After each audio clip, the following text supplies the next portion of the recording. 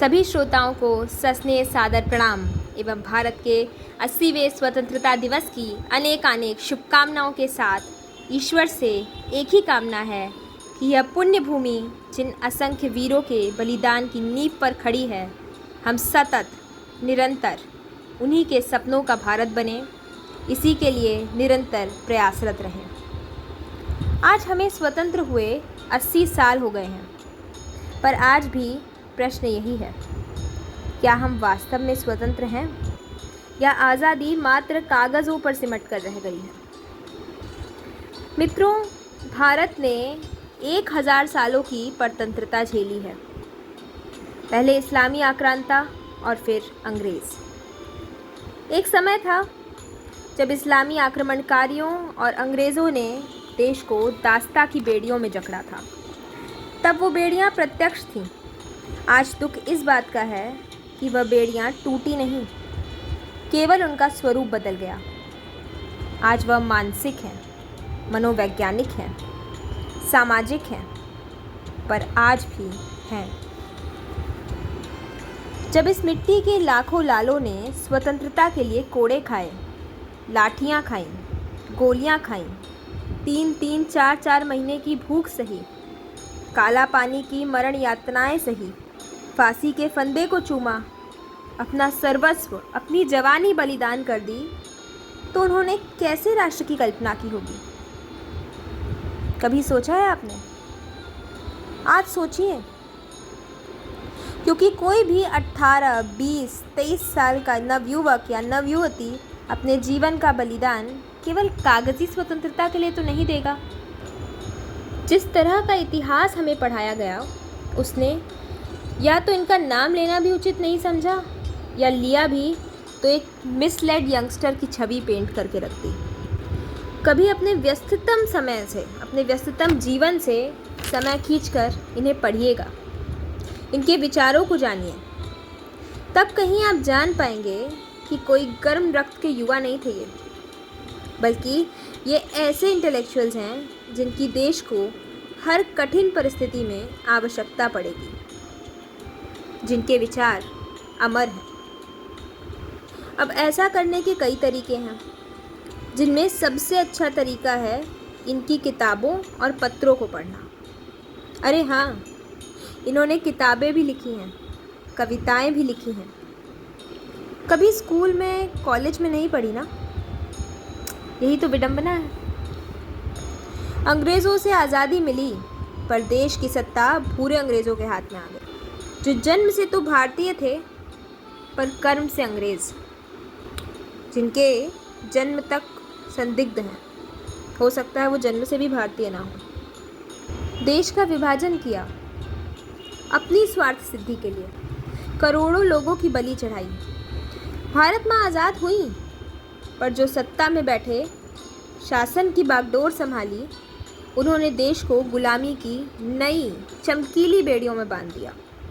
जिस सशक्त राष्ट्र का सपना अपने स्वतंत्रता सेनानियों ने देखा, वह धूमिल हो गया, और यह वह राष्ट्र बन गया जो अपने स्वाभिमान से अधिक पड़ोसी देश से घनिष्ठ मित्रता रखने और आवश्यकता पड़ने पर उनकी सहायता के लिए धन अर्जित कराने के लिए यहाँ का शीर्ष नेतृत्व आमरण अनशन पर भी बैठ गया, जो पड़ोसी मुल्क के एक हिस्से को दूसरे से जोड़ने के लिए हमारे भारत की छाती चीरकर कॉरिडोर बनाने की मांग कर रहा था। भ्रातृत्व का कितना सुंदर उदाहरण है ना।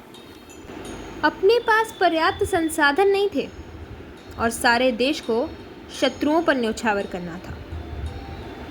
1962 में भारत चीन युद्ध में भारत की जो लज्जास्पद पराजय थी ना, उसका यही कारण था, जिसके बाद फील्ड मार्शल KM करियप्पा ने स्वयं कहा था कि यदि देश ने सावरकर और उनके भारत को सशस्त्र बनाने के विचारों का समर्थन किया होता, तो हमें यह दिन कभी नहीं देखना पड़ता। इतना ही नहीं, देश की अस्मिता, अस्तित्व, विरासत और इतिहास पर ऐसी चोट की गई जिससे देश 80 सालों के बाद भी पूरी तरह उभर नहीं पाया है। सारी दुनिया में शायद ही कोई ऐसा देश होगा जिसे अपना नेशनल एंथम और नेशनल सॉन्ग ना आता हो। आप में से कितनों को पूरा जनगण मन और वंदे मातरम याद है?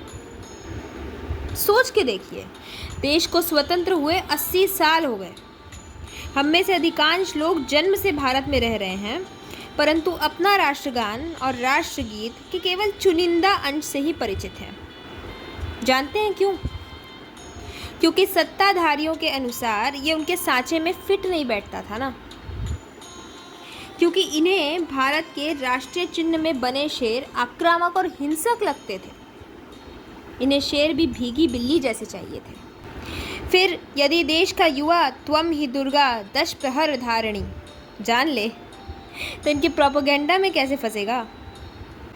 इतिहास में जानबूझकर हमारे वीरों का, वीरांगनाओं का गुणगान नहीं, मुगलों का बखान किया गया, क्योंकि आज उन्हें मानसिक गुलामों की आवश्यकता थी। वो आंतरिक गुलाम जो बाहरी रूप से स्वतंत्र तो हों, परंतु जिनकी बोली, भाषा, खान पान, रहन सहन, सोच सब दास्ता को प्रतिबिंबित करें। आज तरह तरह के देश विरोधी आंदोलन होते हैं, जिनका केवल एक ही उद्देश्य है, देश को तोड़ना। क्योंकि हमारी एकता, अखंडता इनके मार्ग की सबसे बड़ी दीवार है। कभी महंगाई के नाम पर, कभी शिक्षा के नाम पर, कभी जाति के नाम पर अलग अलग चेहरों के साथ ये आपके सामने आते हैं, परंतु इनका उद्देश्य केवल एक है, देश का विघटन। पहले हमारे पास संसाधनों की कमी थी, मानती हूँ, पहुँच की कमी थी। अब तो नहीं है ना, तो क्या रोक रहा है हमें? कौन रोक रहा है हमें? आज दुनिया भर का ज्ञान हमारी एक उंगली पर टिका है। सावधान रहिएगा, मैं अप्रामाणिक व्हाट्सएप ज्ञान की बात नहीं कर रही हूँ। मैं ऑनलाइन आर्काइव्स और नेशनल डिजिटल लाइब्रेरीज़ की बात कर रही हूँ, जहाँ आप अपनी हर शंका का निवारण बहुत ही सरल तरीके से कर सकते हैं। शर्त बस ये है कि हम शिकायत करना छोड़कर कर्म करें। याद रखिए, आज जब उत्पाती तत्वों पर 2 लाठी पड़ जाती है, तो सरकार को अपशब्द तक कहने की नौबत आ जाती है।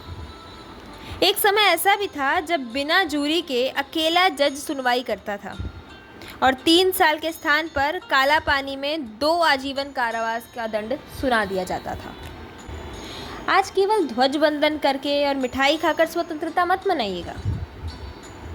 आज अपने रोज़मर्रा के कामकाज से छुट्टी लेकर सोचिए, खोजिए, जानिए अपने देश की उस छवि को जो वर्षों से प्रतीक्षा कर रही है, अपने पुनर्जन्म का, अपने पुनर्जीवन का, इंकलाब का। धन्यवाद साथियों। जय तु भारतम।